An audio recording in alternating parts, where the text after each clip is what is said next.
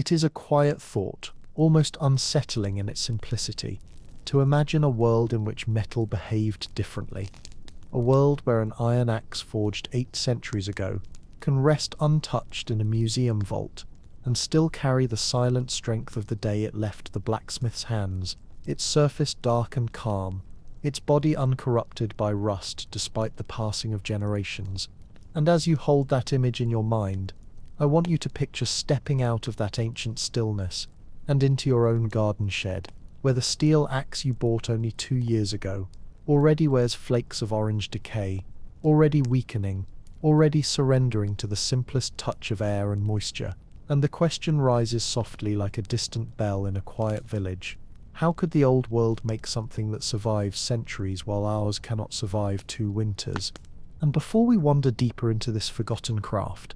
before we walk together through the slow glow of medieval forges and the careful hands that shaped iron with patience and intention, allow me a moment to greet you as an old craftsman might have greeted a traveller stepping into his warm workshop after a long cold ride. Good evening, friend of the hearth. Rest your mind as a weary traveller rests his boots beside the fire. Let the dust of the day fall from your shoulders, and take your place among quiet company. For tonight we speak of the old ways, the ways that breathed life into iron and taught it to endure longer than the men who forged it. Now, with the warmth of that greeting settling gently around us, like the soft glow of a forge at dusk, we drift into part 1, where the mystery does not begin with medieval brilliance at all, but with the quiet flaw hidden in the steel you hold in your hands today.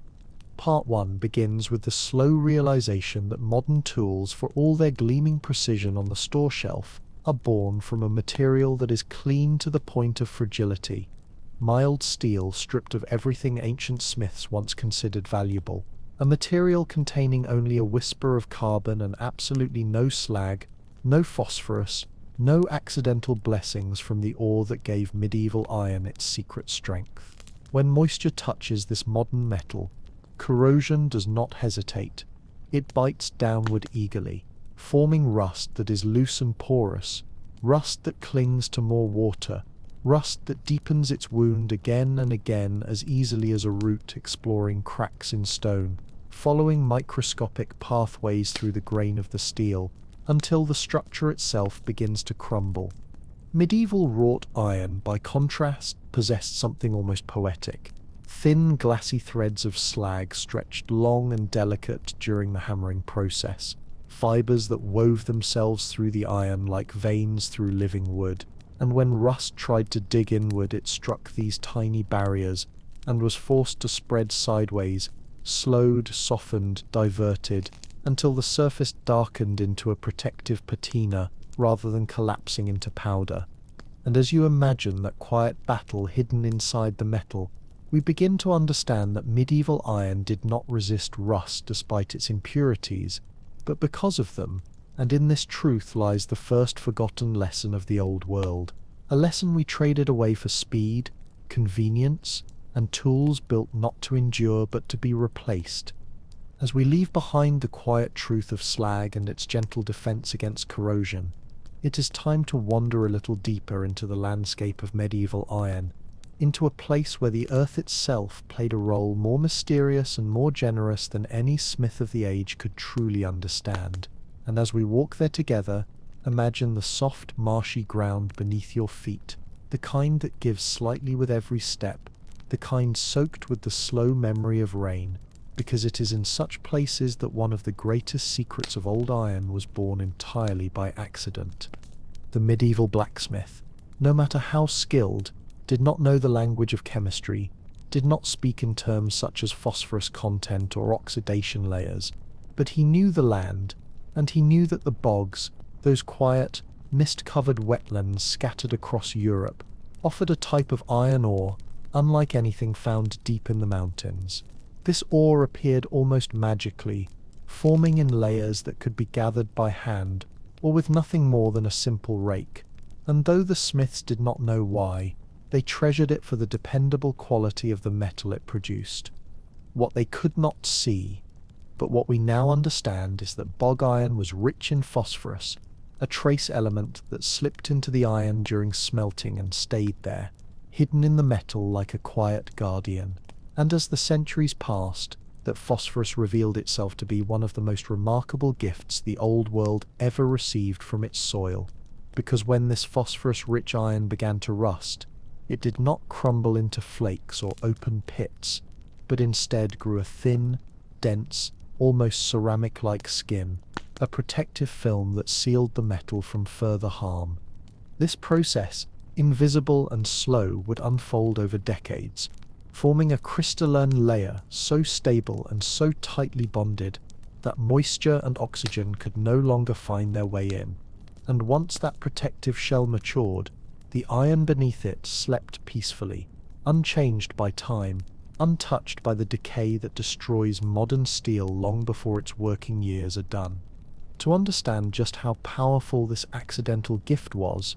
imagine traveling far from medieval Europe to the warm air of ancient India, to a quiet clearing where a monumental iron pillar has stood for more than 16 centuries. This pillar, forged by hands long forgotten, remains almost entirely free of rust, and for generations scholars were baffled by its endurance, unable to explain how a metal so old could remain so whole in a climate so unforgiving. Only modern analysis revealed the truth. The pillar, like the iron from European bogs, was rich in phosphorus, and over many centuries it developed that same protective layer, a crystalline compound that hardened into something weather could not penetrate. And yet this miracle was no miracle at all. It was simply the earth offering different ingredients to those who listened. Because across the medieval world, wherever the ground carried different minerals, the iron carried different strengths. In Spain, around the rocky heights of Toledo, the ore held traces of nickel and chromium, the very elements we use today to create stainless steel. And so the blades forged there were famous for their resilience, long before anyone knew why. In southern India, where the earth hid its own peculiar treasures, smiths produced wood steel through a slow, careful crucible process that accidentally created microscopic carbon structures, so advanced that modern scientists did not fully understand them until the late 20th century. These ancient blades, the so-called Damascus steel of legend, were not the product of mystical knowledge but of geology meeting patience, and patience meeting fire, and fire meeting skill. As these blooms of iron travelled along medieval trade routes, from Swedish forests to English forges, from Indian crucibles to Arabian workshops, from bogland marshes to village smithies, the craftsmen who worked them learned to sense their nature, not through microscopes or formulas, but through the sparks they cast and the tone they sang when struck. And through these senses they shaped materials whose properties we still struggle to replicate with all the machinery and knowledge of our modern world. And as you imagine those journeys, those quiet, rhythmic hammer strikes echoing through time, you begin to feel that the genius of medieval iron was never intentional. It was the slow, accidental collaboration between the land, the furnace, and the hands that guided fire into metal, a harmony of mistakes that turned into mastery. And as we leave behind the wandering trade routes and the gifts hidden within the earth itself, we arrive now at the very heart of medieval ironmaking, at the furnace that defined an entire era, a furnace so simple in shape, yet so profound in consequence, that understanding it feels almost like stepping into the quiet workshop of a long-forgotten craftsman. The air warm and dark, the glow of coals flickering against the walls like fireflies trapped inside a stone chamber. The bloomer furnace, unlike the towering blast furnaces of our age, stood no taller than a man and demanded no grand architecture, no roaring machinery, no intricate systems. It was a humble chimney of clay and stone, fed with nothing more than charcoal and ore, a tool of patience rather than pressure, a device born from necessity, but refined through centuries of careful observation. And if you close your eyes for a moment, you can almost feel the slow rhythm of the bellows, the steady breath of air pushed into the fire by hands, trained to know the difference between too little and too much, the gentle roar of flames that never quite reached the fevered heat of molten steel, but instead lingered in a narrow band of temperature, where strange, beautiful transformations took place. Inside this furnace, the magic of medieval iron truly began, because the bloomer did not melt the iron completely. It could not, and the smiths did not want it to, heating instead to a temperature just high enough to pull oxygen from the ore, but not high enough to turn the iron into flowing liquid. And this boundary, this fragile line between solid and molten, created a world inside the furnace that modern metallurgy cannot replicate. Solid particles of iron forming slowly, surrounded by molten slag created from all the rocky impurities within the ore, slag that dripped downward like honey from a comb, while the heavy metallic fragments sank and gathered into a spongy mass at the bottom. This spongy mass, called a bloom, was the raw soul of the metal, glowing white-orange, trembling with heat, threaded with slag and uneven patches of carbon, looking more like a lump torn from the heart of a volcano than the beginnings of a future axe or spear. And when the smith cracked open the furnace and pulled this incandescent bundle into the cold air of his forge, the true shaping began, not simply shaping its outer form, but shaping its internal nature. The bloom had to be reheated again and again, the hammer rising and falling in slow, heavy strokes that echoed across the village like distant thunder, each blow driving out some of the molten slag, but also stretching the remaining slag into thin strands, aligning it into graceful fibers that would one day stand as microscopic guardians against corrosion. And with each reheating, the carbon inside the bloom began to wander, some of it drawn into the metal, some of it burned away, redistributing itself slowly and unpredictably, creating patches of harder steel among fields of softer iron. The medieval smith could not control this perfectly, but he did not need to. What he had instead was time, and time was the true ingredient that modern factories no longer have. Hours upon hours of heating, hammering, folding, welding, shaping, processes that tighten the iron's grain, removed internal stresses, closed tiny cracks before they could become weaknesses, and strengthen the metal from the inside outward. A single axe head might take days of this quiet labor, the smith's hands blackened with soot, the forge glowing gently through the night, the slow rise and fall of the hammer as steady as a heartbeat. And as he worked, he was not trying to race through the job, not trying to mass-produce anything, but shaping a tool meant to last not merely for a season, but for a lifetime, perhaps even longer. And this is where the bloomer reveals its greatest secret. It forced the metal to be worked slowly, by hand, at temperatures and in conditions that created not uniform perfection but controlled imperfection. Fibers of slag aligned like the grain of wood, layers of carbon forming naturally, structures emerging that were strong not because they were flawless, but because they were allowed to be exactly what they needed to be. Modern blast furnaces, melting everything into liquid so it can be poured and rolled and shaped with mechanical perfection, cannot achieve this structure any more than one can recreate a tree by gluing sawdust together. The slow growth is the strength, and the strength is bound to the process. And as you let these images drift through your mind, the glow of the bloom, the rhythm of the hammer, the patient heat of the forge, you begin to sense that medieval iron was not superior because they possessed secrets we do not, but because they were willing to let the metal take its time, to allow the furnace and the hammer to coax out qualities that liquid steel cannot keep. And now, as we step away from the glowing forge and the slow pulse of hammer against metal, it becomes clear that the endurance of medieval iron was shaped not only by chemistry and patient craftsmanship, but also by a world whose very economics pressed every craftsman toward permanence. Because in those centuries before the age of factories and mass-produced tools, the value of iron was measured not in brand names or quick convenience, but in the simple, heavy truth that a tool was a treasure. To imagine this reality, picture a medieval village at dusk, the rooftops dark silhouettes against a fading sky, the smell of wood smoke drifting through the narrow lanes, and somewhere near the center of that settlement, the forge still glows, casting warm orange light out into the cool evening. Inside, the blacksmith sets down his hammer, wipes his brow with the back of a soot-stained hand, and inspects the piece he has spent days shaping. Not minutes, not hours, days. A single axe, a single blade, a single horseshoe nail, each was born from time measured in heartbeats and heat. And because such labour was slow and costly, the tools it created became more than possessions. They became heirlooms, meaningful in a way we have forgotten. A well-made axe might equal a month of wages for an ordinary labourer, and a sword, forged with exacting skill and dangerous precision, might cost half a year of income. Such a tool was cherished. Such a tool was protected. Such a tool was maintained as carefully as one might maintain a roof over their head, or the small patch of land that fed their family.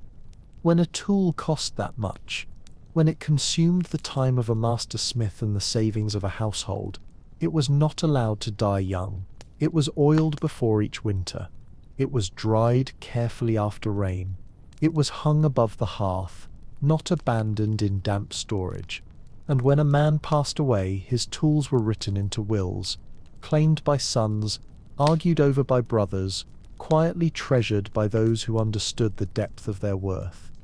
And this reverence was not merely sentimental, it was enforced by law and guild, because medieval craft guilds guarded their reputations with an intensity that modern companies cannot imagine. A blacksmith who produced flawed, weak, or dangerous work that failed under strain or rusted too quickly or injured its user, risked being expelled from the guild, stripped of the right to sell his labour, and effectively cut off from his livelihood. Reputation was currency. Quality was survival. So the smith did not rush. He did not cut corners. He did not choose speed over strength, because speed was the ruin of a craftsman. Instead, he folded, hammered, and tempered the iron until it met the standard not just of his guild, but of generations that came before him, of masters who taught him with sharp words and sharper eyes. Behind every medieval axe or chisel or blade lies not only the work of one man, but the silent weight of tradition, obligation, and pride.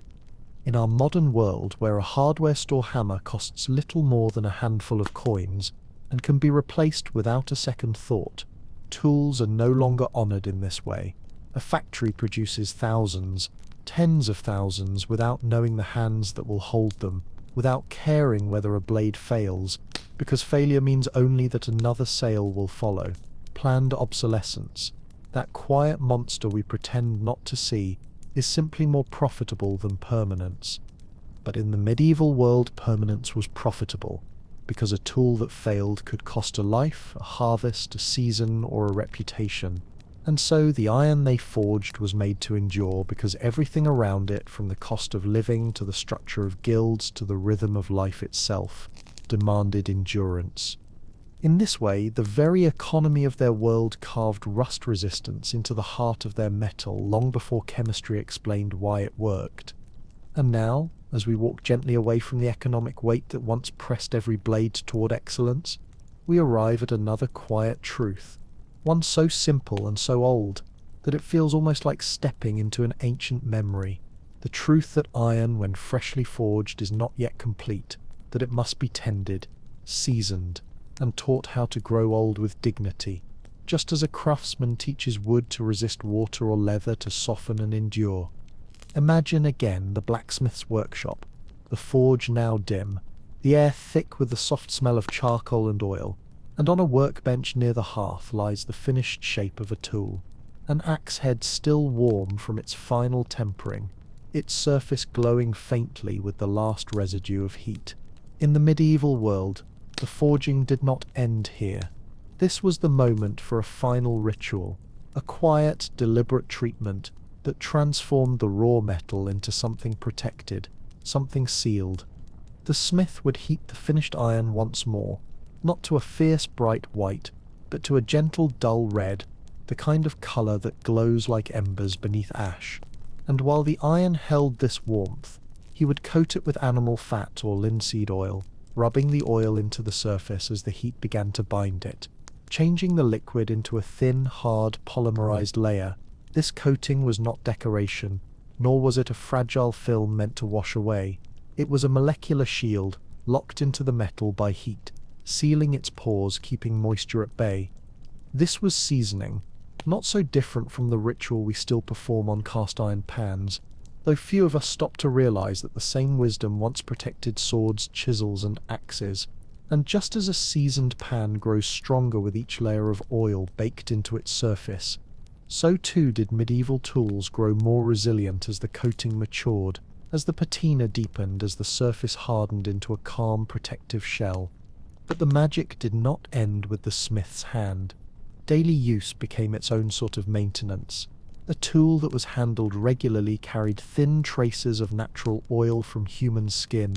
faint but consistent, helping the patina settle evenly and preventing the kind of deep corrosion that grows when metal sits untouched in dampness. Tools that were used often but stored properly developed a kind of equilibrium, a stable dark surface of magnetite, a dense, protective oxide, rather than the crumbly, destructive rust we call hematite.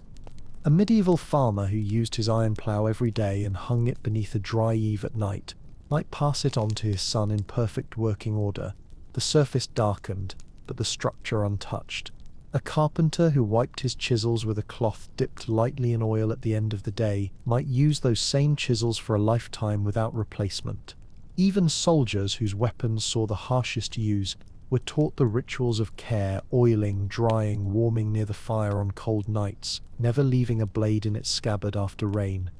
In that world, maintenance was a quiet constant, an expected duty. No one imagined that a tool would survive without help. No one believed that iron required nothing, and because the tools were precious, economically, socially, and emotionally, people gave them the attention they needed. But today we buy a tool that arrives from the factory gleaming and perfect, coated in machine oil that dries within hours, and we assume it will last as long as we need it. We do not season our tools. We do not oil them after work. We leave them in damp garages, in cold sheds, in basements where moisture wakes quietly like a sleeping enemy, and then, when rust appears, we throw them away. The cycle repeats, not because modern steel is weak, though in some ways it is, but because modern life has forgotten how to care for metal. Medieval iron survived not only because it was forged with intention, not only because impurities strengthened its heart, not only because the ore itself carried protective gifts, but because every man and woman who used it understood that iron was alive in its own way, needing warmth, needing oil, needing a watchful eye. We have lost that relationship. We have lost that patience. And with it, we have lost tools that could have lived longer than the families who owned them. And now, as we pass beyond the rituals of oil and ember, beyond the quiet care that once kept iron alive across generations, we step into one of the most remarkable arts of the medieval world, the way a smith could take the chaotic, uneven gift of the bloomer, through skill and intuition alone, shape it into a blade that seemed almost to carry two souls at once, hard enough to hold an edge yet soft enough to bend under force without snapping. To understand this secret, imagine the smith standing beside his anvil at dawn, the forge just awakening, its coals beginning to glow like the first stars appearing after sunset. Before him lies the bloom he hammered and folded over many long hours, a bloom that is still an unpredictable mosaic of materials, soft wrought iron in some parts, harder steel in others, and delicate strands of slag laced throughout like the veins on a leaf. Modern steel strives for sameness, one uniform composition poured in liquid form and shaped mechanically. But medieval iron was born from chaos, and a master smith understood that chaos not as a flaw but as a palette, a collection of qualities he could separate, rearrange, and recombine into something stronger than any single material could achieve alone.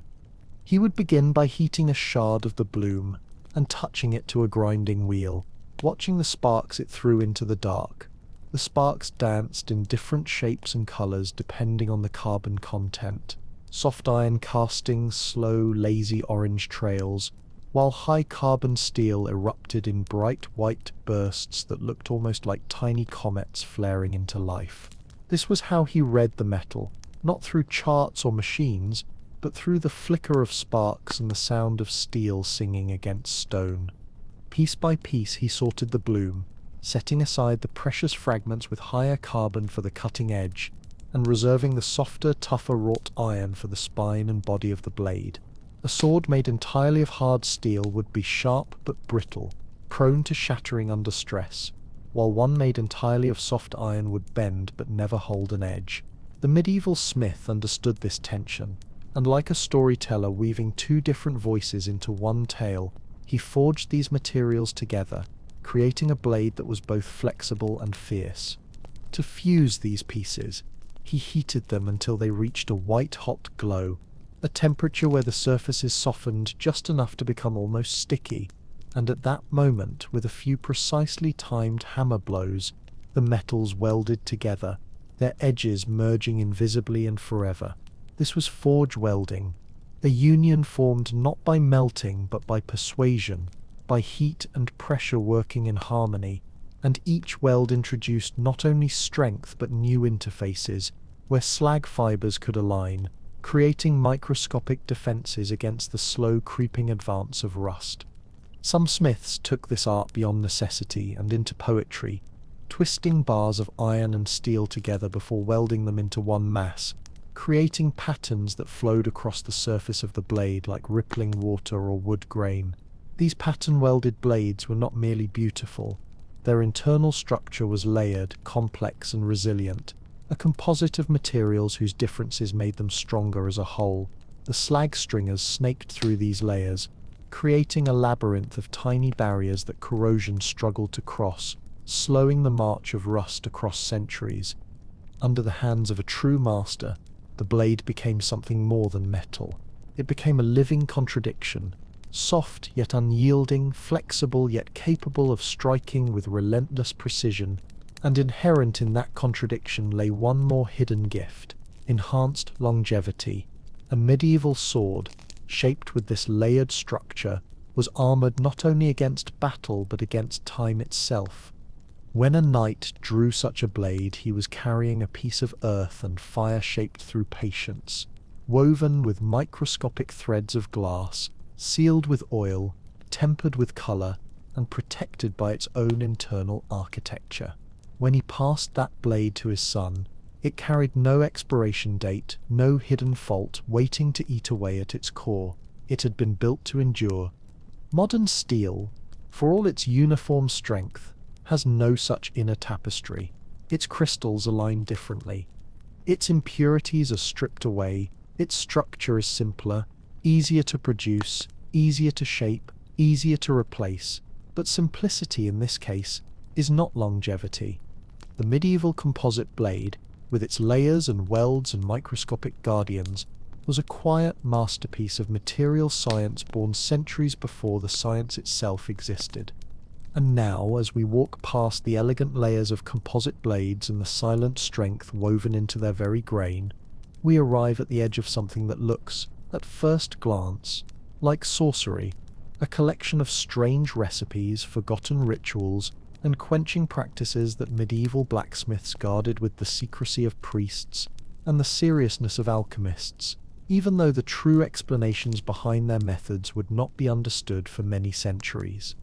If you imagine for a moment the dim interior of a medieval forge at night, lit only by the soft glow of embers and a single oil lamp swinging gently above the workbench, you can almost see the smith leaning over a wooden chest filled with the curious ingredients of his craft: jars of herbs, bowls of animal fat, vials of strange liquids, and handwritten notes filled with symbols, warnings, and quiet instructions. To the modern eye, it might resemble the belongings of a wizard more than those of a metal worker. Honey, goat's urine, alum, horseradish, even the blood of a buck in rut, all listed as ingredients for quenching or hardening, all written in a language that blurred the line between science and superstition. For generations, historians dismissed these recipes as folklore, relics of a time when people believed that strength could be summoned through magic or invoked through rituals tied to the moon or the seasons. But when metallurgists in the modern era finally tested these old instructions with careful analysis and controlled experiments, a quiet truth emerged beneath the mystical language. Beneath the odd ingredients and dramatic phrasing lay a core of practical wisdom, grounded not in fantasy but in painstaking trial and error. The greatest surprise was that two of the simplest liquids, water and urine, produced the most consistent and effective results when quenching red-hot steel. And while the medieval smith did not know the chemistry behind it, he knew through experience that tools hardened in these liquids performed better, held an edge longer, and resisted wear more reliably.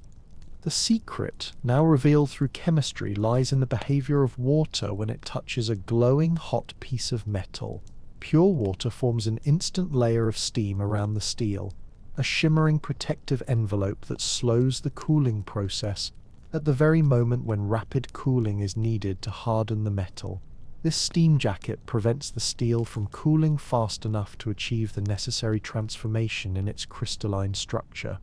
But brine, water mixed with salt, disrupts this steam layer. The tiny particles break the surface tension, allowing the liquid to stay in direct contact with the metal, cooling it much faster and allowing it to harden properly. Urine, by perfect coincidence, contains these salts naturally, along with ammonia compounds that further enhance the quench, creating a more consistent and efficient hardening effect. So the mythic phrase "quench in the urine of a red-headed boy," though wrapped in colourful medieval storytelling, was little more than a memorable way of saying, use salted water for better results. The smiths may not have understood nuclear boiling, or the exact temperatures where martensite begins to form, but they understood something deeper and far more important for their craft: what worked, what failed, and what held up in battle. And then there is the tempering process, the quiet next step that every master smith knew instinctively. After hardening the blade in brine or urine, he would polish it and heat it again, slowly, gently, watching as the surface bloomed with colours like the petals of a strange metallic flower: pale yellow, warm bronze, deep purple, peacock blue. These colours were not illusions. They were thin oxide layers forming on the metal, each shade corresponding to a precise temperature, each temperature shaping the blade's character. At straw yellow, the steel became hard and sharp, perfect for knives and axes. At bronze, it gained a balance of strength and elasticity, ideal for swords and tools meant to withstand impact. At blue, it grew more flexible, resisting fractures even under tremendous stress. The smith read these colours with the same ease a farmer might read the clouds before a storm. He heated until the exact hue appeared, then quenched again to lock the structure in place, controlling the behaviour of atoms with nothing more than his eyes, his hands, and years of practice passed down from those who came before him. Inside these ancient rituals, the strange quenchants, the colourful tempering, the whispered instructions, lay a world of material science that would only be fully understood centuries later. The medieval smiths, without formulas or laboratories, had mastered techniques that manipulated the crystalline phases of iron and steel with an intuitive precision that still amazes modern engineers. Their sorcery was science written in the language of fire. Their magic was knowledge shaped through centuries of persistence. And the blades they forged, hardened, tempered, sealed, seasoned, were the living proof of that ancient understanding. And now, as we step gently away from the mystical heat of quenching vats and the quiet alchemy of tempering colours, we arrive at the deepest truth of all, the truth that medieval iron was never perfect, never uniform, never pure by our modern standards, and yet it endured centuries longer than the polished, precisely engineered steel we rely on today. And in this paradox there lies the quiet explanation for everything. Medieval iron was strong because of its imperfections, not in spite of them, and the world that forged it understood something we have forgotten.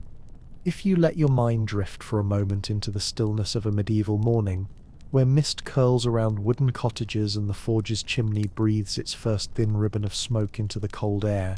you can imagine the blacksmith lifting a fragment of iron from his workbench. In the bright modern world, engineers would test this metal for purity, demand uniform carbon content, remove slag, remove phosphorus, remove every trace of what they call contamination. But the blacksmith did not fear these things. He feared only brittleness, and he feared only failure, and the way he conquered those fears was through patience and intuition, not through purification.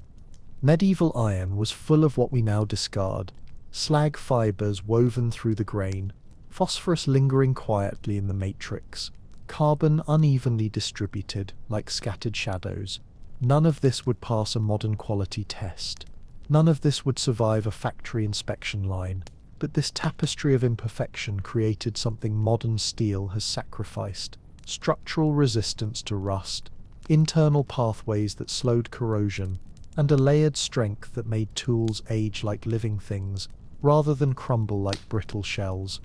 The slag that modern refineries skim away as waste was, in old iron, a microscopic armor. The phosphorus we now remove to make welding easier was a natural rust inhibitor. The carbon that settled unevenly during slow forge work created zones of toughness and flexibility. And the bloomery process itself, brutally slow, inefficient by modern standards, wove these qualities together in ways a molten blast furnace never can. Modern steel melts. It flows. It is cast into molds. It is rolled cold and shaped quickly, and in these steps the very structure of the metal is homogenized, simplified, stripped of the fibers and textures that once acted like roots in soil, strengthening the whole. What emerges from a factory is clean, predictable, easy to manufacture, but also vulnerable, because when rust bites into a single grain boundary, nothing stops it from traveling deeper and deeper until the metal collapses from within. Medieval iron was not clean. It was not clean. It was not predictable. And that is exactly why it endured. Imagine for a moment holding two axes side by side, one forged in the year 1200, dark with age but still whole, the grain of slag forming faint patterns on its surface, the patina thick and calm, and beside it a modern steel axe purchased 2 years ago, already flecked with orange corrosion, its structure unarmored, its metal exposed. The ancient tool survives because its imperfections protected it. The modern one fails because its purity made it fragile. And this brings us to the heart of the tragedy. We did not lose medieval iron through catastrophe or ignorance. We abandoned it deliberately. We traded away its resilience for the speed of mass production, for the convenience of interchangeable parts, for the efficiency of molten steel poured by machines instead of shaped slowly by hand. The bloomer process could not be scaled. It could not produce thousands of tons a day. It could not meet the demands of railroads, skyscrapers, factories, and global trade. And so we left it behind, like leaving behind a quiet old master because he works too slowly, even though the things he makes last a lifetime. We chose quantity over longevity. We chose convenience over endurance. We chose cheap over lasting. And in that choice lies the reason why your tools rust away while medieval iron sleeps through centuries without surrendering. The medieval blacksmiths, their faces lit by forge fire, understood a truth that feels almost poetic now, that strength lies not in perfection but in the careful shaping of imperfection, that metal responds best to patience, that a tool is not just an object but a companion meant to survive long after its maker is gone. As we stand at the edge of this truth, the story of medieval iron becomes something more than metallurgy. It becomes a reminder of what we valued once, and what we sacrificed for the sake of speed. And now, as we step out of the long shadow cast by ancient forges, and the echoes of iron shaped with patience, we arrive at the quiet end of this journey, the place where all the threads of this story gather like the fibers inside a piece of old wrought iron, forming a pattern that only makes sense when viewed as a whole. And when you look closely at that pattern, at everything we have walked through together, the bog iron rich in phosphorus, the slag stringers stretched into delicate armor, the slow, uneven bloom that forged strength from chaos, the old quenching rituals, the color-tempered surfaces, the composite blades that married hardness and resilience, you begin to see a truth that is both simple and deeply human. Medieval iron was not better because the smiths were wiser or because their tools were blessed by forgotten magic. It was better because it was born in a world that allowed it to be what it needed to be. A world of slowness, of scarcity, of intention, a world where the land dictated the ore, where the ore shaped the craft, and where the craft shaped the culture. A world where a single axe head was the work of days, valued as much as a month's wages, cared for like a trusted companion, forged not in haste but in harmony with the very impurities modern engineers now reject. Modern steel, clean and controlled and consistent, is a triumph of efficiency, but in purifying it, we stripped away its natural defenses, its imperfections, its texture, the very things that once made iron endure like ancient trees standing through centuries of storms, and in speeding up the crafting process, we discarded the slow ritual that aligned slag fibers, distributed carbon, closed microscopic cracks, and taught the metal how to age gracefully rather than decay. When you hold a medieval tool, you are not holding purity. You are holding a collaboration between the earth and human hands, between natural imperfection and patient will. You are holding something shaped by a world that believed a tool should outlive the man who made it, because the man who made it had no guarantee that another could be forged quickly, cheaply, or easily. And when you hold a modern tool, for all its glossy perfection and precision-shaped lines, you are often holding something meant for a shorter life, something made to be replaced rather than cherished, something built by a world that values speed over longevity, predictability over character, volume over virtue. It is not that medieval smiths possessed a forgotten secret. It is that we abandoned one. We abandoned the slow craft that gave iron its soul. We abandoned the impurities that guarded it. We abandoned the patience that strengthened it. We abandoned the relationship between tool and owner that kept rust at bay.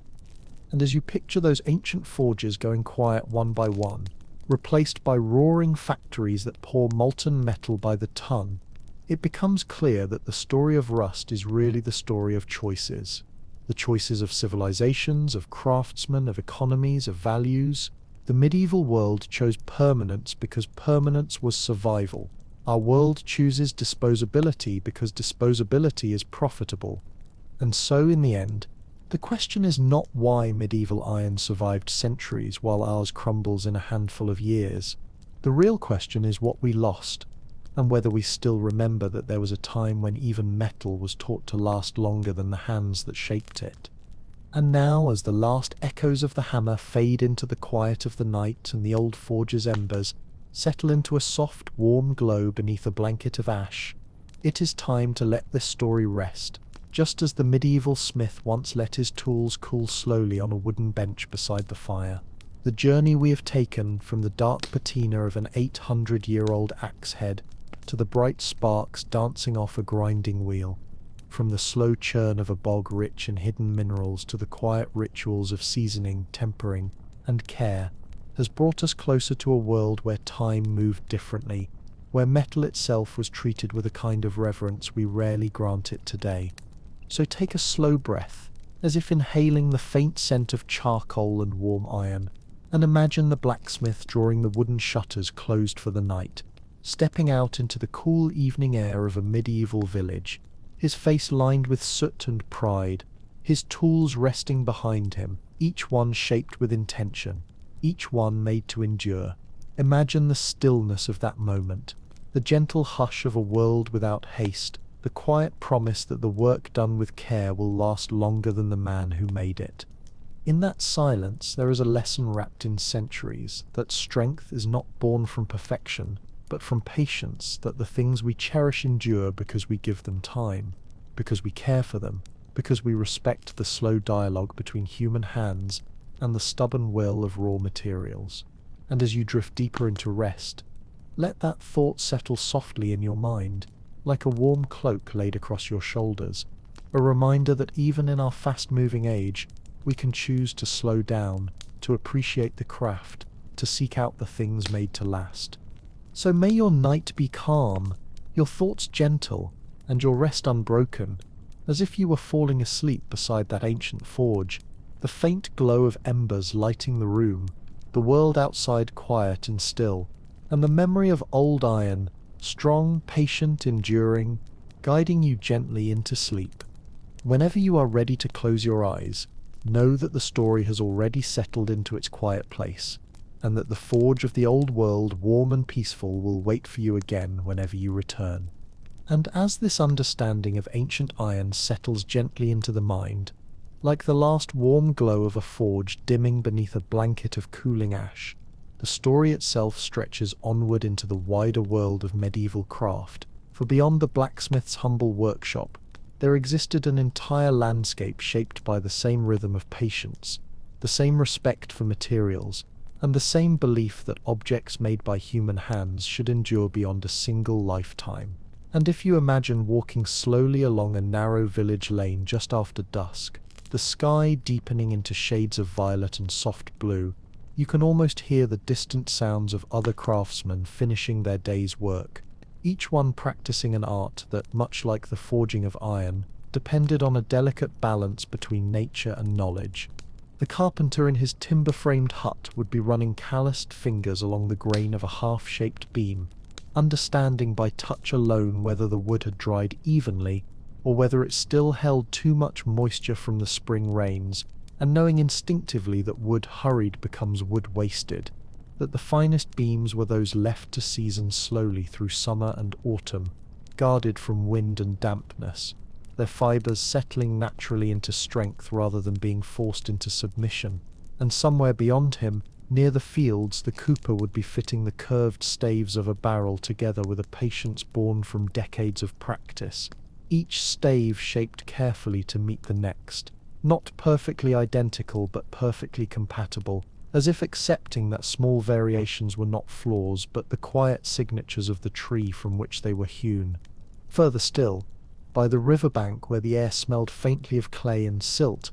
a potter would be turning a wheel with slow, steady motions, letting the soft clay rise upward beneath his hands, shaping itself into vessels that would hold grain, water, wine, or oil, vessels baked at temperatures far lower than the inferno of a forge, yet requiring no less discipline because clay, like iron, demanded a gentleness that could not be rushed, cracking under haste and thriving under calm, and the potter understood that the earth itself chose the pace at which it transformed. In all these crafts, the medieval world revealed a truth we often forget, that durability was not merely a desired outcome but a philosophy, a way of living that treated time as a partner rather than an obstacle. And as you wander slowly through that imagined village, lantern light flickering behind shutters, the muted hum of night insects rising in the fields beyond, you can feel that the strength of an object was tied directly to the time given to it, that a tool, a beam, a barrel, a pot, or a blade became nearly immortal only when shaped with respect for the material's nature, not dominated by it. And returning at last to the forge, its door slightly ajar and its interior still faintly warm, you can almost sense the presence of those centuries-old tools resting on the wall, dark and patient and enduring, because they were born from a world that understood a profound lesson, that permanence is not an accident but a relationship, that longevity is crafted, not assumed, and that the things built with sincerity and slowness carry within them the quiet heartbeat of the hands that made them. And as you continue your quiet walk through that twilight village where the smoke from hearth fires rises in thin spirals carrying with it the scent of oak and beech, you begin to notice how every craft, every tool, every humble object bears the imprint of a world that accepted slowness not as a burden but as a companion. And the longer you observe, the more you realize that this ancient patience flowed not only through workshops and forges, but through the very rhythm of life itself, shaping how people worked, built, farmed, rested, and even how they understood the passing of their own days, for the medieval world, with all its harshness and hardship, still held within it a deep recognition that things of value demanded both time and care, and that nothing made in haste could endure the way a well-crafted object could.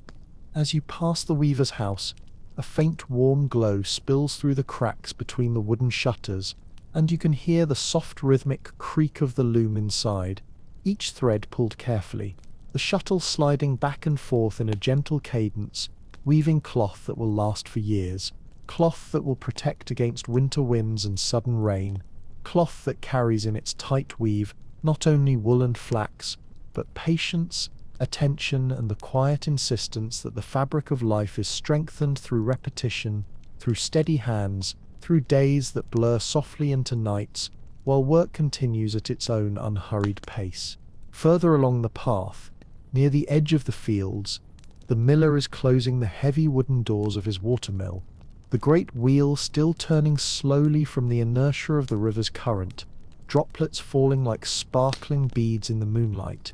And you can sense how even this massive machine, built of oak beams and iron nails, depends on the same slow wisdom. The river cannot be rushed, the stones must be dressed with care, the grain must move steadily between the grinding faces, and the flour that falls like pale snow at the miller's feet is the product of countless tiny interactions between water, stone, wood, and time, reminding you that even large structures follow the same principle as a small tool. Durability emerges where haste disappears. And as the night deepens, you find yourself drawn once more to the forge, its hearth now only a dull shadow of its former fire, yet the air inside still carries the whisper of heat, the faint memory of glowing metal and ringing iron, and in that dimness you feel as though the tools on the wall, the hammers, the tongs, the chisels, the half-finished horseshoe resting on a bench, stand not merely as instruments but as quiet guardians of a truth, older than the village itself, a truth that resonates gently in the peaceful silence of this hour, that the strongest things in this world, whether forged from iron or shaped from earth, or woven from fibre, become strong not through force but through time, not through perfection but through harmony with the imperfections that give them character and resilience. And it is in this moment of stillness, standing at the threshold of the sleeping forge, that you understand how deeply the medieval world was shaped by its materials, how the nature of iron shaped the nature of the craftsman, how the rhythm of the loom shaped the rhythm of the home, how the patience of the wheel shaped the patience of the miller, and how the entire village, in its slow, steady hum of labour and rest, lived in conversation with the land, the seasons, and the quiet truths whispered by fire, wood, water, and stone.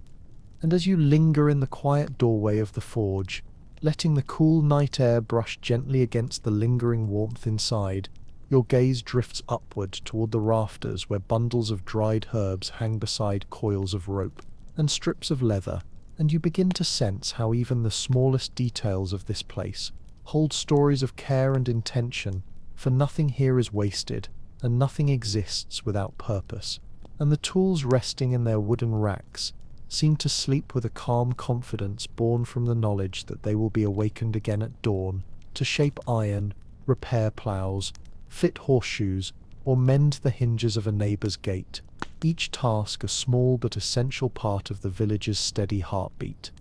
As you step back onto the narrow lane, the moon floats high above the rooftops, casting a pale silver glow on the thatched cottages, the cobbled paths, and the wells carved deep into the earth, and the night unfolds around you in a tapestry of sound so soft and steady that it seems woven from the very rhythm of life itself. The distant whisper of the river, moving past the mill, the soft scuff of animals settling in their pens, the faint creak of wooden shutters shifting in the breeze, and all of it wrapped in the comforting hush that comes when a community sleeps in harmony with its surroundings, knowing that the work of today has been completed with care, and the tasks of tomorrow will begin again with the same quiet diligence.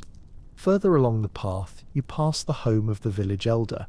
a figure respected not only for wisdom but for the simple fact that he has lived long enough to see tools passed down through multiple generations, and he often tells stories by the hearth of how his father's father wielded the same axe that now rests above his hearth, its handle replaced several times but its iron head still whole, still strong, still bearing the marks of ancient hammer blows, and as he speaks, he runs a weathered hand along its darkened surface, with the gentleness of someone greeting an old friend. For in this world, tools are more than objects. They are memories forged into metal, companions that outlive their owners, silent witnesses to seasons of harvest, repair, and change. And as you imagine sitting beside him, listening to the soft crackle of the fire while the shadows dance slowly on the walls, you begin to understand that the endurance of medieval iron was only one thread in a wider tapestry of endurance woven throughout this world, a world where homes were built to last through storms, where fields were tilled with patience rather than rushed through machinery, where relationships grew like trees, slow and steady, taking years to deepen, and where the very concept of time felt broader, calmer, less fragmented than the hurried pace we have come to accept as normal. Walking back toward the forge, you feel that everything in this village holds a certain weight, a certain presence, as if the world moves not in jagged leaps, but in long, gentle arcs that flow from one season to the next, and you begin to realize that the true secret behind the remarkable durability of medieval iron lies not merely in slag fibers, phosphorus content, or painstaking bloomery techniques, but in the mindset of a people who believed that everything worth making was worth making well, and that nothing forged in haste could ever hope to endure the trials of weather, time, or use. And in this quiet understanding, the village seems to breathe around you, alive in its stillness, its night air carrying the faint scent of damp earth, wood smoke, and the cooling metal of the day's work, as if whispering that the greatest legacy of the past is not the tools themselves, but the care with which they were made and the patience with which they were maintained. And as you continue your slow wandering through the sleeping village, the stones beneath your feet still holding a trace of warmth from the day's sun, you begin to notice how the night reveals details that daylight often hides. The faint gleam of dew forming on the handles of wooden carts, the gentle sway of lanterns left hanging on porches, the quiet murmur of distant voices from a home where late-night bread is still being kneaded for the morning market. And all these subtle movements seem to fold together into a kind of gentle symphony that speaks of ties between people, tools, and the land far stronger than any written rule or spoken oath. Passing a barn, you hear the slow shifting of animals settling into rest, the softness of hay rustling beneath hooves, and the muted clank of a harness or iron ring against the wooden beams. And even in these small sounds you feel the presence of iron, the nails holding planks together, the hinges securing heavy doors, the metal rings and tools polished by years of weather and use, all of them carrying the same ancient strength, born from slag fibers, patient hammering, careful tempering, and the unspoken understanding that these creations were meant to outlast the seasons as faithfully as they served those who built and tended the fields. And as you step beyond the last cottage, where the village gives way to open farmland bathed in silver moonlight, you see the silhouettes of ploughs resting beside the fields, their outlines softened by the mist drifting slowly across the ground, and something about their stillness carries a kind of quiet nobility. These sturdy tools, with iron blades darkened by years of work, have carved deep furrows into the earth, season after season, guided by the hands of farmers who rose with the sun, and laboured until twilight, trusting always that their iron would not betray them, that it would neither snap nor crumble nor surrender to rust, because it had been shaped in a world where endurance was the foundation of survival. Looking further toward a distant hill where a small chapel stands with its bell tower leaning slightly from age, you sense how even the holy places of this world were built with the same mindful respect for materials. The nails that hold the beams overhead, the tools that carved the altar, the blades that cut the stone, all came from the same forge where the smith laboured through the seasons, and the walls of the chapel whisper of how iron, wood, and stone intertwined to create spaces meant to shelter generations yet unborn, reminding you again that the medieval world valued not the quick or the new, but the time-tested, the steady, the enduring. And as you turn back toward the heart of the village, passing through the lengthening shadows cast by the pale moon, you feel the presence of time itself moving differently here, moving not as a series of sharp, hurried moments, but as a long, continuous line stretching far behind and far ahead, woven through the hands of craftsmen, the tools they fashioned, and the people who relied on those tools in their daily lives. And in this extended sense of time, the idea of something lasting centuries feels as natural as the slow turning of the seasons. Returning once more to the silent forge, its door now fully closed, its chimney rising like a dark silhouette against the sky, you begin to realize that everything you have witnessed, from the miller's wheel to the weaver's loom, from the carpenter's beams to the farmer's plough, is bound by a single quiet truth, that endurance in the medieval world was not a miracle but a choice, a discipline, a way of existing that understood how deeply the fate of a community depended on the resilience of the objects it made. And as this realization settles gently over you, like the soft glow of embers hidden beneath ash, you feel the story pushing forward still, inviting you deeper into this world where patience shaped iron, where time shaped tradition, and where life itself moved with a grace we have long since forgotten. And as you take a final slow step past the forge, letting the quiet hum of the night wrap around you like a warm cloak, you notice how the soft glow of moonlight pools in the narrow spaces between the cottages, casting silver edges along the wooden beams and worn stone foundations, and in this delicate illumination you begin to sense how deeply every structure, tool, and pathway has been shaped by generations of hands that worked not toward haste but toward harmony, creating a village that feels less like a place built by people and more like a place grown naturally from the land itself, rooted in tradition, nurtured by time, and bound together by the invisible threads of shared labor and trust. Ahead of you, near the old oak standing at the center of the village square, a small group of late-working villagers walks slowly homeward, their silhouettes softened by the mist, their voices low and steady, carrying the same cadence as the tools they use throughout the day, and as they pass, you hear the faint clinking of metal buckles and the gentle creak of wooden wheels pulling a small cart, and every sound carries with it the quiet assurance that nothing here is new or fragile, for everything they carry and everything they wear has endured through countless days, just like this one, repaired when needed, cared for when worn, and trusted because it was made to be trusted. As you watch them vanish into the shadows at the far end of the square, the breeze shifts slightly, bringing with it the scent of freshly cut wood from the carpenter's yard and the faint tang of grain dust from the mill. And these smells mingle with the ever-present hint of iron lingering from the forge, creating a tapestry of scents that speaks of honest work, quiet persistence, and the steady hum of a community that understands how deeply its survival depends on the strength of what it creates, not merely for today, but for all the days that follow. Walking onward, you come to the edge of the fields where the grass moves in slow waves beneath the night wind, and scattered across the earth you see the silhouettes of simple tools left to rest until dawn, the curved blade of a sickle leaning against a fence post, the sturdy handle of a hoe half buried in soft soil, the heavy frame of a wooden harrow waiting patiently for the next day's labor. And each of these tools carries a quiet history etched into its surface, a history not of perfection but of endurance, shaped by iron that has been hammered, folded, seasoned, cared for, and trusted through years of sweat and seasons of change.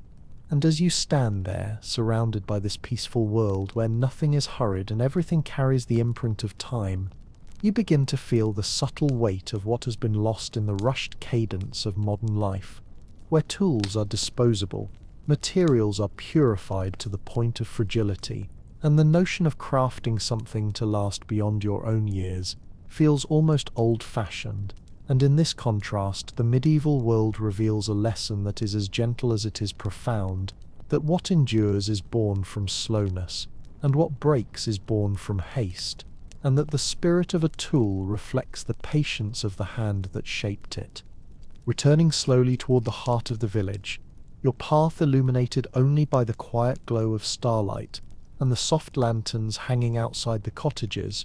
You feel as though you are walking through a living memory, a place where the conversations between people and their materials are still audible, if you listen closely enough. And as you pause outside the forge one last time, hearing nothing but the distant murmur of the river and the occasional rustle of wind through the leaves, you sense that the story has more to tell, that the night is deep and the world is wide, and that the lessons held in old iron are only the beginning of what this village can reveal.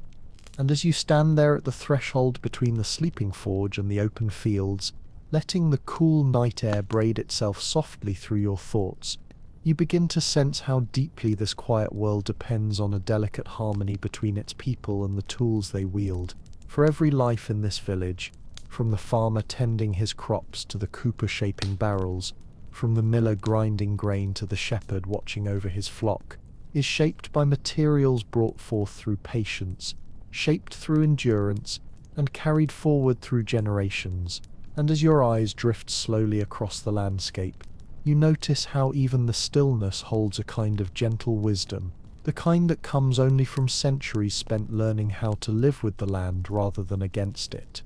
Far beyond the cottages, where the fields transition into rolling meadows touched by starlight,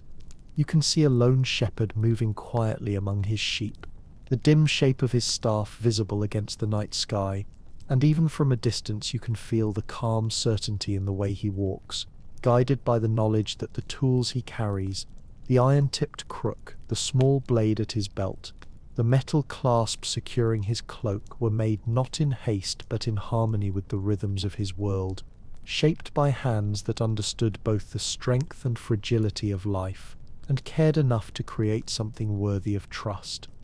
As you watch him disappear into the soft silver haze covering the meadow, your attention drifts toward the distant silhouette of the old watchtower rising gently on a low hill, its stone walls darkened by time and weather, and you imagine the long centuries it has stood there, its wooden beams held together by iron nails hammered in a forge much like the one behind you. And the thought that such simple pieces of metal have kept a structure standing through storms, winters, and wars fills you with a quiet awe, a realization that the durability of a world is often hidden inside the smallest, most humble components. Walking again toward the village, your feet brushing softly against the dew-covered grass, you find yourself near the communal well, where the pulley system creaks faintly as a bucket swings gently in the breeze, its iron hoops darkened and smooth from decades of use, and the worn rope, though frayed at the edges, still holds firm, supported by hinges and brackets shaped in ages past, by craftsmen who knew that the well was the heart of the settlement, and that every piece of iron securing it must endure countless hands, countless mornings, countless years of thirst and labour. And as you touch the cool wooden beam beside the well, feeling the slight roughness of the grain beneath your fingertips, you begin to realize that every object in this world holds a quiet conversation with time, a dialogue between what was shaped slowly by human hands and what will be shaped slowly by the passing of days. And in that dialogue you sense a profound truth, that endurance is not the gift of a single moment, but the echo of countless moments layered gently atop one another, shaped by patience, strengthened by use, and preserved by care. As you step away, the village once again opening around you in a soft patchwork of moonlit paths and slumbering cottages, the sense of continuity grows stronger, as though the air itself carries the memory of all the lives that have passed through this place, each one leaving behind the tools they carried, the stories they told, the wisdom they gathered, and you begin to understand that the durability of medieval iron is only a small part of a much larger endurance, the endurance of community, of tradition, of quiet labour that stretches across generations like the threads of a tapestry woven slowly, patiently, lovingly. And with that realization settling into your thoughts like a warm ember lingering at the edge of a dying fire, you continue walking, knowing that the night is far from over, and that this world of gentle persistence still has more stories to share, if you are willing to listen to them in the same patient way its people once listened to the whisper of iron beneath the blacksmith's hammer. And as you continue your quiet wandering through this world that seems suspended between breath and silence, the soft crunch of gravel beneath your feet blending seamlessly with the gentle murmur of the distant river, you begin to feel how every corner of the village holds layers of unseen stories, each one shaped not through haste or spectacle but through the steady accumulation of days lived with purpose. And as your eyes move from the dark outlines of the barns to the faint glow behind shuttered windows, you sense the deep interconnection between the people who live here and the tools they cherish. For in a place where seasons dictate survival and community binds hearts together, nothing is ever truly separate from the land, the work, or the hands that shape it.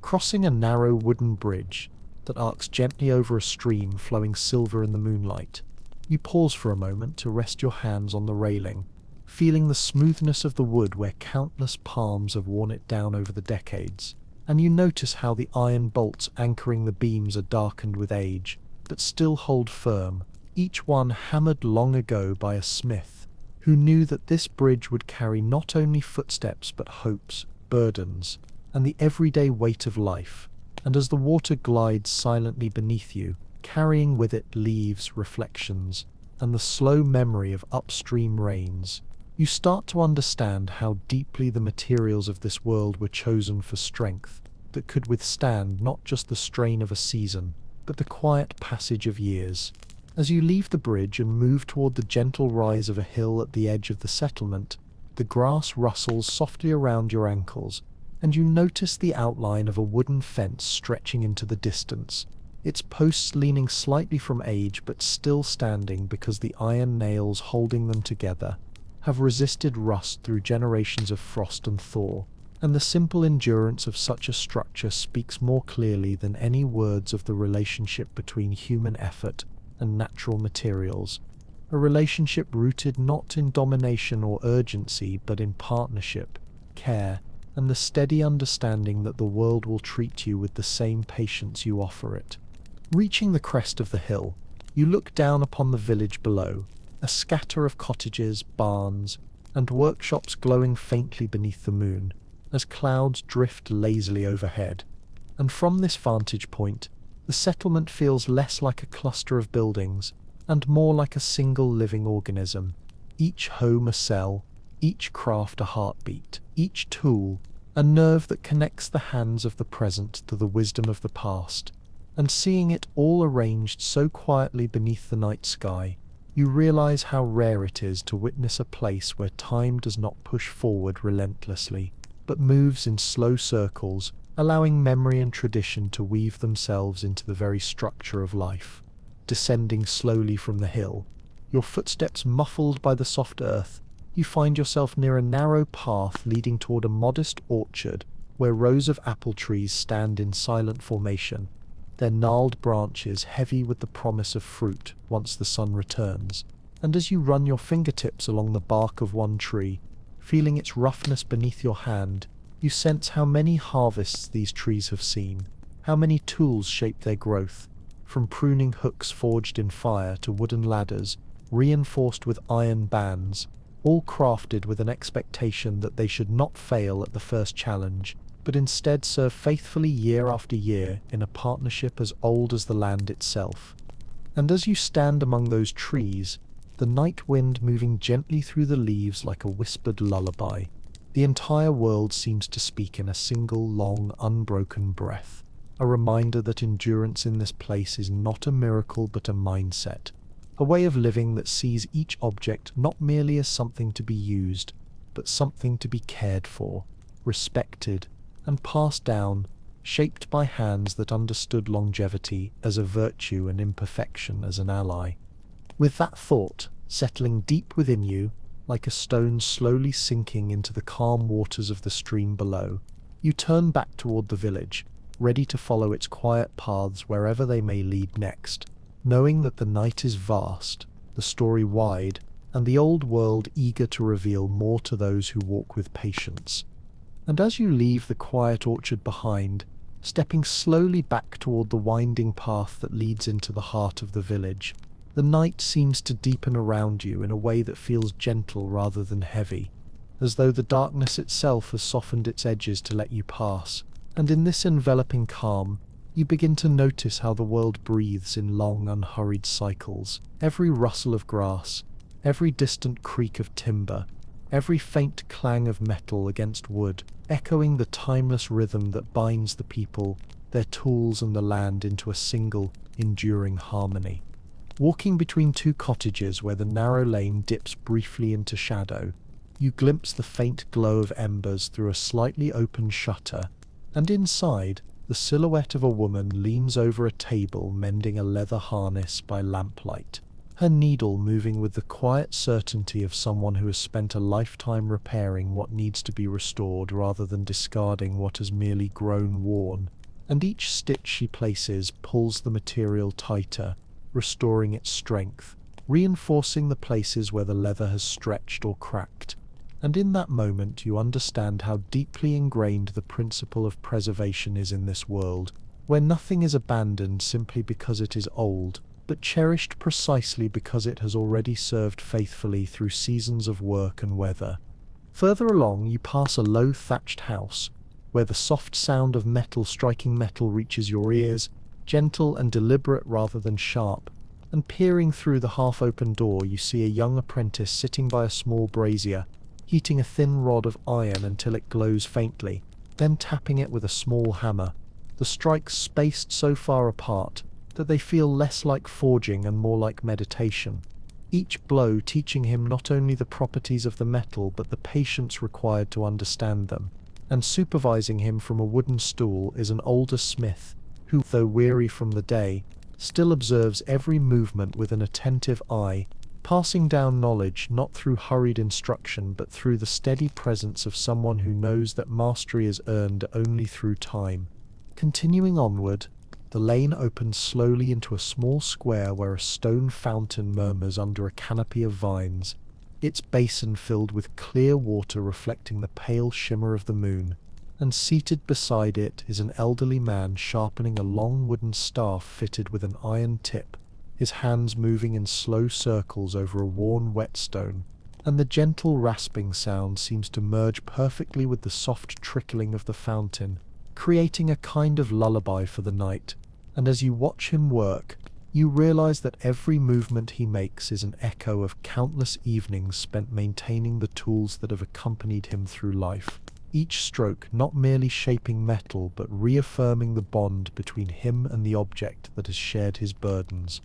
Leaving the square, you walk toward the outer edges of the village, where the path becomes a simple dirt trail bordered by hedges and low stone walls. And as you pause to rest a hand on one of the stones, feeling the rough surface cool beneath your fingers, you notice small flecks of iron embedded in the mortar, remnants of nails and clamps used long ago to bind the wall during its construction. And though they too have endured through storms and seasons, they bear only a faint bloom of patina rather than the deep wounds of rust, as if time itself has decided to treat them gently out of respect for the care that was taken when they were placed there.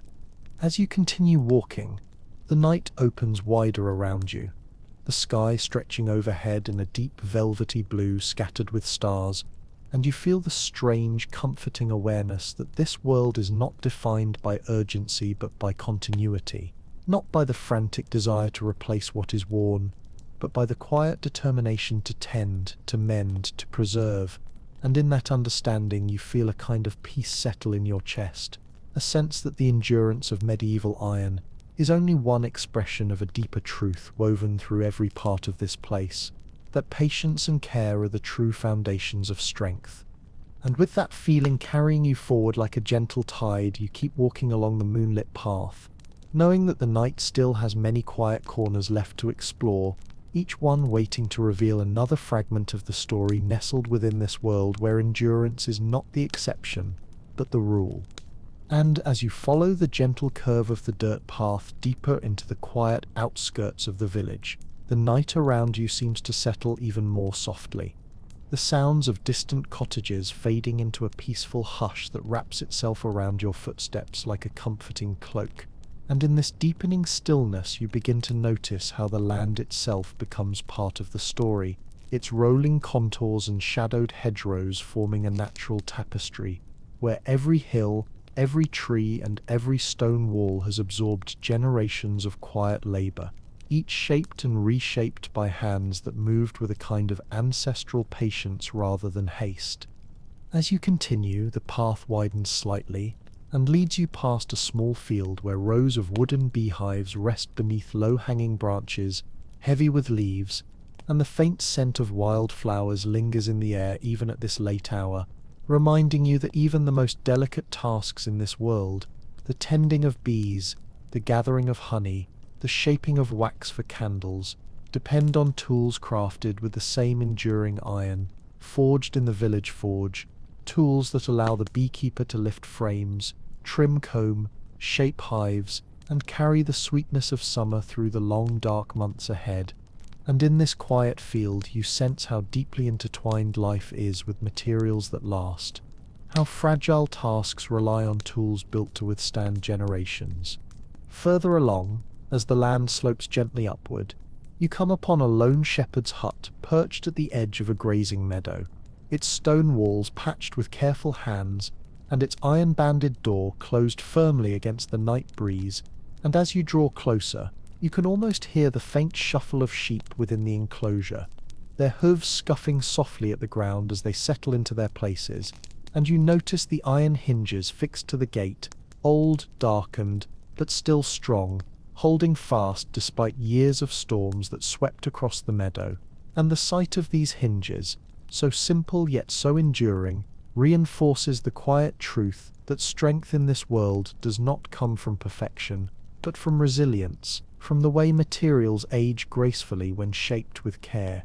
As you wander past the hut, your gaze is drawn toward a small rise in the distance where an ancient oak stands alone, its trunk thick with centuries of growth, its branches spreading wide across the sky, and as you approach, you notice that at its base sits a weathered wooden bench, reinforced with wrought iron brackets, each bracket shaped long ago with thoughtful precision, bearing the marks of hammer blows that have softened over time into gentle curves, and it strikes you how such a simple bench, placed beneath a tree that has outlived generations, can hold within its form the entire philosophy of this world, that life is best supported by things built to endure, not for a moment but for a lifetime, and that objects crafted with patience become companions rather than commodities. Taking a slow seat on the bench, you let your eyes wander across the quiet fields stretching out toward the distant horizon, and in the faint starlight you see the outlines of tools left along fence lines, the silhouettes of wooden carts resting beside barns, the glint of metal on ploughs half buried in soil, and the quiet presence of all these things brings to mind the understanding that the people of this world trusted in durability, because their lives depended on it, trusting that their tools, their iron, their wood, their stone, would not betray them even when winter's chill set deep into the ground, or when summer storms lashed the valley with wind and rain. As you rise from the bench and begin the slow walk back toward the village, the night deepens further, the sky now a broad canvas of stars, shimmering like distant sparks from an ancient forge, and you can almost imagine each star as a glowing ember of some forgotten craft, tied invisibly to the irons and tools and structures below, reminding you that endurance has always been both a physical and a spiritual act, a testament to the care and attention invested in the world by those who shaped it before you. And with this thought warming you from within, you pass again through the quiet lanes of the village, every cottage window dark, every barn silent, every workshop at peace, feeling that the story has not yet finished its gentle unwinding, that this medieval night holds more lessons tucked into its shadows, waiting to be uncovered by anyone willing to walk slowly enough to hear them. And as you move once more between the slumbering cottages, following the soft curve of the lane that winds like a pale ribbon through the heart of the village, you begin to sense that the night itself is becoming a teacher, revealing with each quiet step how deeply the people here have learned to live in conversation with the materials of their world, shaping tools from iron and shelters from timber, not as mere tasks to be completed, but as acts of stewardship, acts that bind the present to the past in ways that feel as natural as breathing. And the longer you walk, the more you begin to feel that this village is not built on stones and wood alone, but on the understanding that everything crafted with care becomes a vessel for memory. Passing a low fence bordered by clusters of wild herbs whose scents still linger faintly in the cool air, you notice a small stone cottage with its door slightly ajar, and inside a faint light flickers as though a single candle remains burning long after the household has gone to sleep. And stepping closer, you see through the crack the silhouette of a wooden table worn smooth by decades of meals, repairs, and conversations, its surface marked by scratches and stains softened by time, and beside it hangs an old iron ladle, darkened but intact, a quiet testament to how even the most ordinary implements can endure through generations when shaped with the intention that they should last long enough to serve not just one family but many. Continuing onward, you pass by the blacksmith's home, its walls made of thick wooden beams reinforced with iron brackets, and you notice how the small shed beside it houses neatly arranged rows of tools hung on wooden pegs, each tool precisely where it belongs, their shapes silhouetted like quiet guardians standing watch over the sleeping village. And for a moment you imagine the smith himself earlier that evening, wiping these tools clean, checking their edges, touching their handles as one might check on the well-being of old friends, knowing that their endurance is tied directly to the care he gives them after each day's work. As you follow the winding path upward toward the slight rise at the edge of the village, the ground soft beneath your feet from the dew gathering on the grass, you arrive at a low stone wall overlooking a valley bathed in moonlight, and from this vantage point, the village looks like a cluster of glowing embers nestled in a cradle of rolling hills, its rooftops barely stirring under the soft breeze, and the sight carries with it a sense of profound stillness, as though time itself has chosen to slow its passage here, allowing the people below to live in ongoing dialogue with the earth, the seasons, and the things they shape from them. Resting your hands on the cool stones of the wall, you let your gaze travel outward toward the winding river that snakes through the valley, its surface shimmering in the pale light, and you imagine the countless tools that have touched that water, iron hooks cast from its banks, wooden buckets reinforced with wrought iron hoops, used to draw water for crops and households, boats strengthened by metal nails that held their planks together through storms and droughts, each one crafted in that same ancient forge, each one carrying forward the quiet philosophy that the world holds together best when its tools are shaped for endurance rather than speed. And as you descend from the rise, walking slowly through the open fields that border the village, the tall grasses swaying gently around you like the soft breath of the earth itself, you feel the subtle truth taking root inside you, that the endurance of old iron, that remarkable resistance to rust and time, was not an isolated marvel, but a reflection of a broader way of living, a way in which humans and materials shaped each other in a relationship of mutual respect, and that what was forged from fire and patience became more than metal, becoming instead a promise carried across generations that what is made with care will not easily succumb to time. Returning at last to the now familiar paths of the village, the shapes of the cottages glowing under the watchful gaze of the moon, you sense that this night is far from exhausted, that the world still holds many gentle corners where lessons of endurance, patience, and craftsmanship wait quietly to be discovered by those willing to wander slowly enough to hear their whisper. And as you move further into the quiet heart of the village, feeling the soft give of earth beneath your steps and hearing only the distant murmur of the river weaving its way through the valley, you begin to sense that this place, for all its simplicity, holds an almost sacred understanding of continuity, a quiet truth woven not just into the iron tools that resist the touch of rust, but into the very relationships that bind the people to their land, their work, and each other. And the deeper you walk into this silence, the more the village reveals how endurance here is not merely a feature of metal, but the guiding principle of life itself. Passing by a low stable where the faint scent of hay drifts through the air, You linger for a moment to observe the shadowy outlines of horses, shifting gently in their stalls, their harnesses resting on wooden pegs nearby, each strap reinforced with iron rings and buckles darkened by countless seasons. And as you take in the scene, you realize how even these simple fittings, shaped long ago by the smith's skilled hands, carry the quiet certainty of tools meant to last, their surfaces worn smooth not by decay but by years of faithful service, holding firm through storms, journeys, and long days of labor under the sun. Continuing down the narrow path lined with stone walls draped in climbing ivy,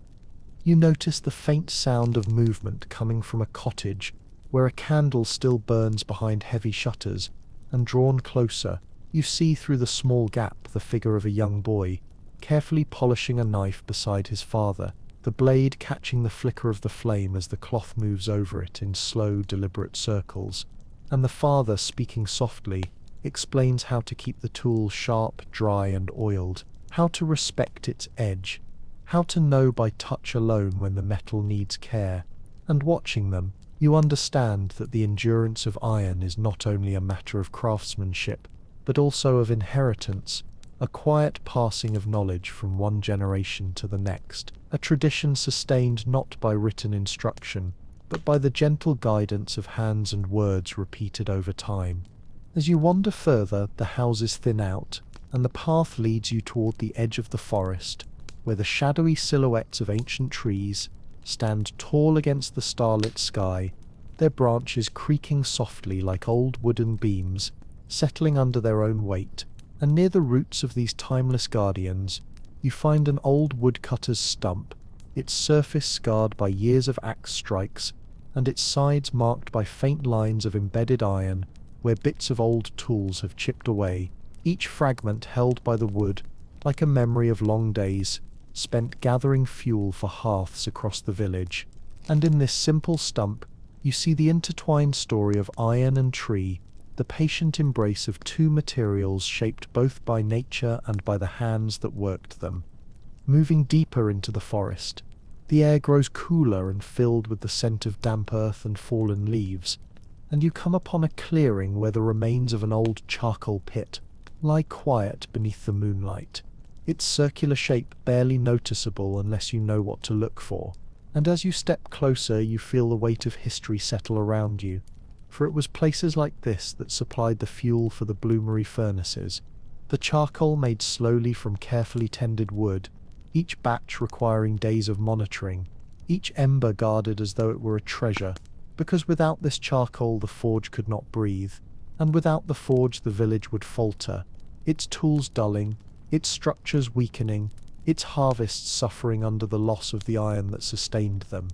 Returning to the path, your breath turning into a faint mist in the cooling air, you follow the trail back toward the outskirts of the village where the first hints of dawn are beginning to gather along the horizon, a soft band of pale silver creeping into the darkness, and as you look upon those early rays, you feel the quiet inevitability of the coming day, knowing that soon the forge will awaken once more, the hammer will ring out across the lanes, and the ancient rhythm of shaping and caring for iron will continue as it has for centuries, unbroken, patient, and enduring.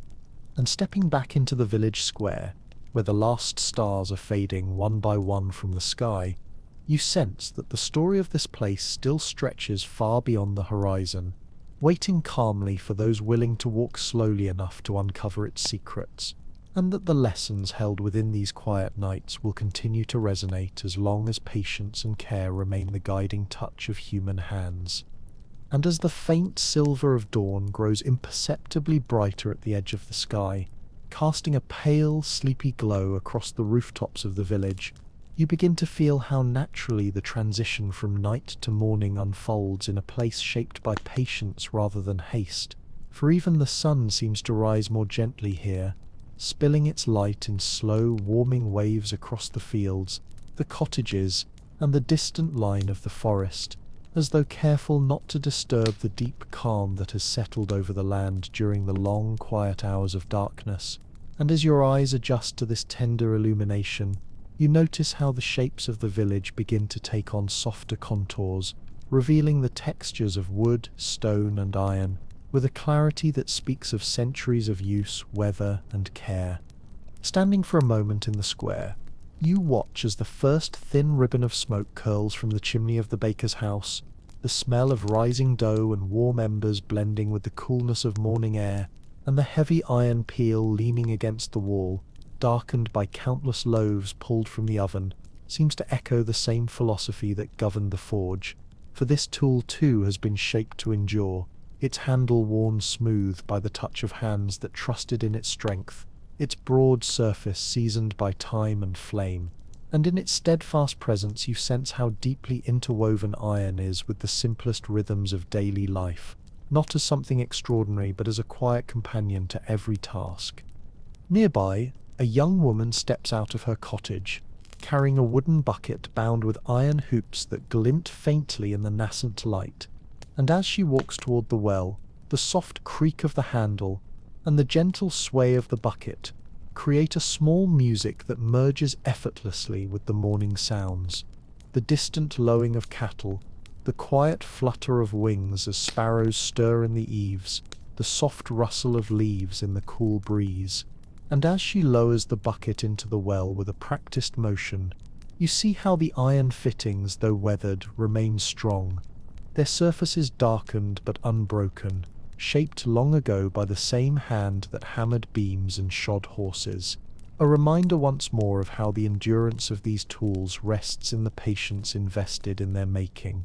As the village slowly awakens, you watch a farmer emerge from his home, stretching his arms toward the sky, still streaked with delicate pastel hues, and he moves toward a wooden cart whose wheels are reinforced with iron bands, touching each spoke with a brief, gentle inspection before setting off toward the fields. And in this simple act, you witness the quiet ritual of trust between a man and the tools that sustain his livelihood.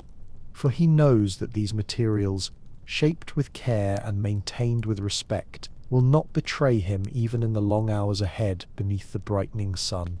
Walking alongside him for a time as he guides his cart through the lane, you begin to notice the interplay between the soft earth and the sturdy iron,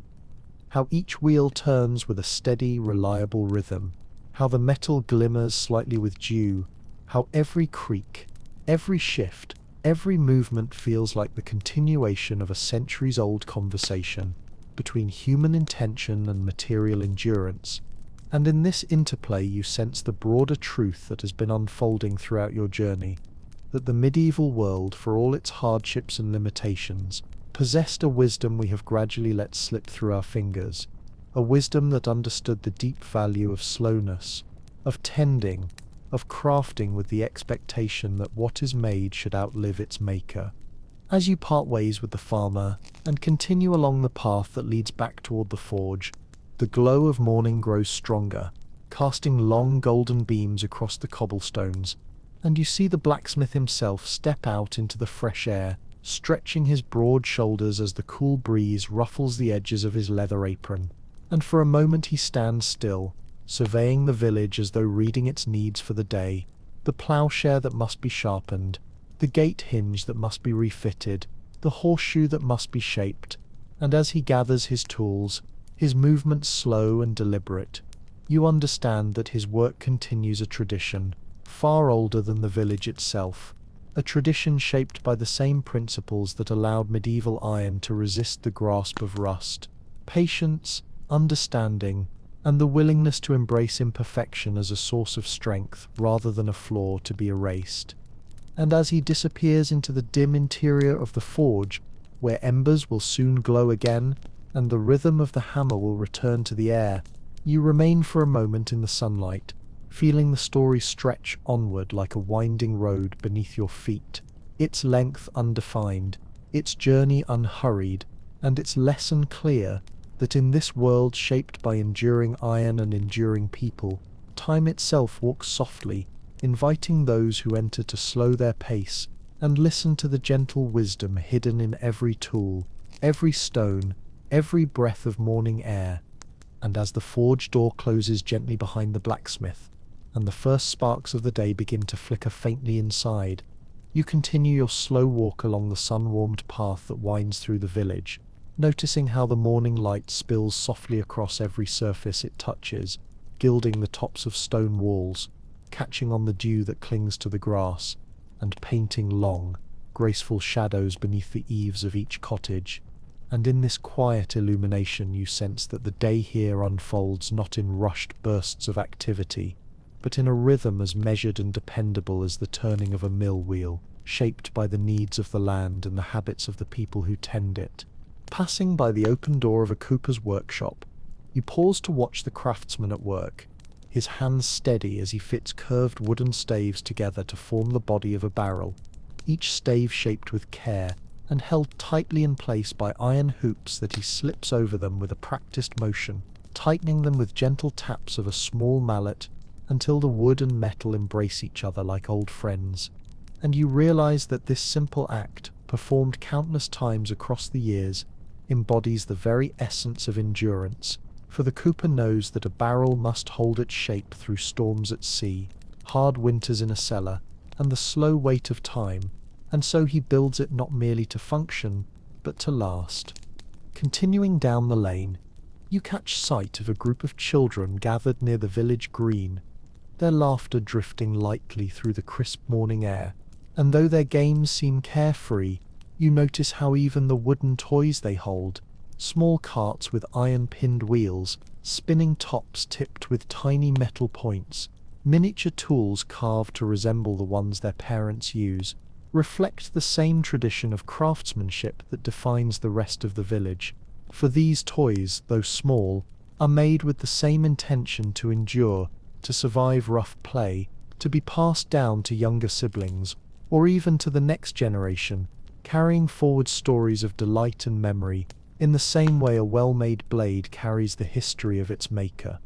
As you walk past the green, the road slopes gently upward toward a ridge overlooking the surrounding fields, and from this height you can see farmers beginning their day's work, guiding oxen that pull ploughs reinforced with dark, age-worn iron that has split the soil year after year, season after season, and as the blades cut through the earth with quiet determination, you feel how deeply the land itself relies on the endurance of the tools that shape it. Tools that must withstand the resistance of stones, the weight of clay, the harshness of winter, and yet still be ready when the first warmth of spring calls the farmers back to the fields once more.